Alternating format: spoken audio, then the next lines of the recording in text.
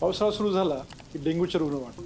डेंग्यूमध्ये आपल्या शरीरात भरपूर बदल होत असतात. डेंग्यूची एक्झॅक्ट पॅथोफिजिओलॉजी कशी असते आणि प्लेटलेट त्यात कमी का होतात, आज हे मी तुम्हाला समजून सांगणार आहे. ज्यावेळेस आपल्याला डेंग्यूचा एडिस मॉस्किटो चावतो त्यावेळेस ते व्हायरस आपल्या बॉडीमध्ये जातात. त्यापुढे व्हायरल रेप्लिकेशन होतं आपल्या ब्लड स्ट्रीममध्ये आणि आपल्याला व्हायरेमिया होतो.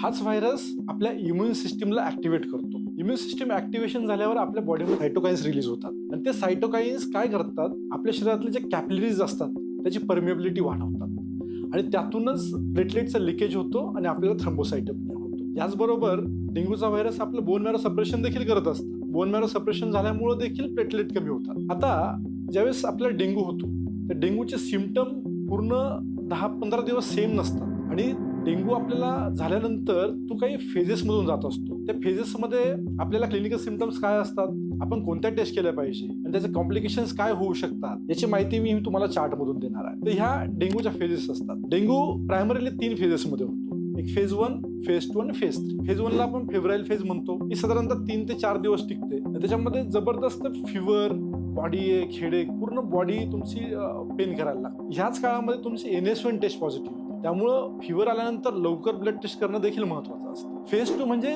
क्रिटिकल फेज आहे. तुमच्यापैकी बऱ्याच लोकांना असं वाटतं कधी कधी की आता माझा फिवर गेला म्हणजे मी नॉर्मल झालो, पण थांबा, डेंग्यूमध्ये बऱ्याच वेळा असं नसतं. ज्यावेळेस तुमचा फिवर जातो त्यावेळेस खरी क्रिटिकल फेज तुमची सुरू होते. ह्या क्रिटिकल फेजमध्ये तुम्हाला फिवर सबसाइड होतो पण प्लेटलेट ड्रॉप व्हायला लागतो आणि आपण अशा गैरसमजात असतो की आता मी ठीक झालो, मला फिवर नाही, आणि ते कंटिन्युअसली प्लेटलेट ड्रॉप होतात. आपल्याला काही सिम्पटम येत नाही लगेच प्लेटलेट ड्रॉप झाल्यामुळे, पण ते जसं जसं लेवल खाली खाली खाली जाते तसं तसं आपल्याला सिम्पटम यायला लागतं. यातून काय होतं, तुमचा प्लाझ्मा लिकेज होतो. प्लाझ्मा लिकेज झाल्यामुळे तुमचा ब्लड प्रेशर सुद्धा लो होऊ शकतो आणि तुमच्या नाकातून, तोंडातून किंवा तुमच्या गम्स मधून किंवा आतमध्ये ऑर्गन्स मध्ये देखील ब्लिडिंग होऊ शकते आणि याच्यामध्ये पेशंट कदाचित डेंग्यू हेमोरॅजिक शॉक मध्ये देखील जाऊ शकतो बीपी ड्रॉप झाल्यामुळे. ही आणि तिसरी फेज असते ती म्हणजे रिकव्हरी. ह्या 2 फेजेस मधून गेल्यानंतर एक प्लेटलेट काउंट वाढायला लागतं. त्यामध्ये 7 ते 8 दिवस त्याला लागतात. कधी कधी काही पेशंटमध्ये जास्त देखील लागतं. जर प्लेटलेट काउंट जर जास्त ड्रॉप झाला तर त्याला हॉस्पिटलायझेशन गरज लागू शकते आणि त्याची रिकव्हरी पिरियड तो मे बी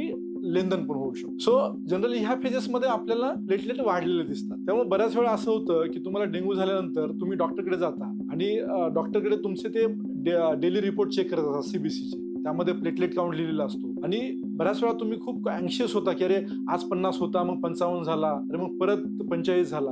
घाबरू नका, हे 4-5 जे व्हेरिएशन असते अगदी नॉर्मल असतं. प्लेटलेट काउंटचा ट्रेंड महत्वाचा असतो. एखाद्या दिवशी समजा तुमचा काउंट 50 आहे आणि तो अचानक एखाद्या दिवशी 45 झाला तरी घाबरण्याचं काही कारण नाही, कारण तो नंतर वाढणारच आहे. तो ट्रेंड ज्यावेळेस प्लेटलेटचा वाढत जातो त्यावेळेस तुमची खरी रिकव्हरी फेज सुरू होते आणि तुम्ही 10 ते 12 दिवसात तुम्ही बरे होऊ शकता. हे झालं नॉर्मल कोर्समध्ये. पण कसं होतं की थ्रोम्बोसाइटोपेनिया जामुळे असल्यामुळे आणखी बॉडी कॉम्प्लिकेशन देखील होऊ शकतात. जसं की ब्लिडिंग जास्त वाढलं, इंटरनल ब्लिडिंग झालं तर आपण शॉक मध्ये जाऊ शकतो, किंवा थ्रोम्बोसाइटोपेनियामुळे ब्लिडिंग वाढते, एखाद्या ठिकाणी ब्लिडिंग सुरू झाली ती थांबतच नाही. नंतर आपल्याला बऱ्याच वेळा असं होतं की आपले जे इंटरनल ऑर्गन्स असतात त्या फेल्युअर मध्ये जातात, कारण त्यांना ब्लड सप्लाय भेटत नाही.